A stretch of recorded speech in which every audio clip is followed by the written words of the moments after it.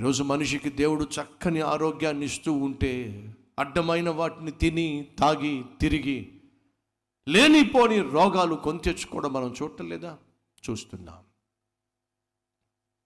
ఈరోజు నీ జీవితంలో దేవుడు నీకు ఇచ్చిన సమస్తము నువ్వు కాపాడుకోవాలి, వాటిని అనుభవించాలి, వాటి ద్వారా ఆనందించాలి, వాటిని నువ్వు ఆస్వాదించాలి, వాటిని ఆశీర్వాదంగా మలుచుకోవాలి. నువ్వు ఆశిస్తున్నట్లయితే నువ్వు చేయాల్సిందల్లా ఒక్కటే, దేవుని మాట ఆలకించు, దేవుడు చెప్పినట్టుగా చేసే ప్రయత్నం చేయి.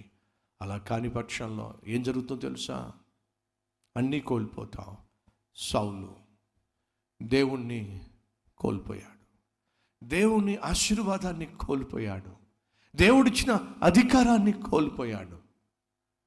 ఎప్పుడైతే ప్రభువును కోల్పోయాడో ప్రవక్త సమూయేలు దూరం అయిపోయాడు, ప్రజలు దూరం అయిపోయారు.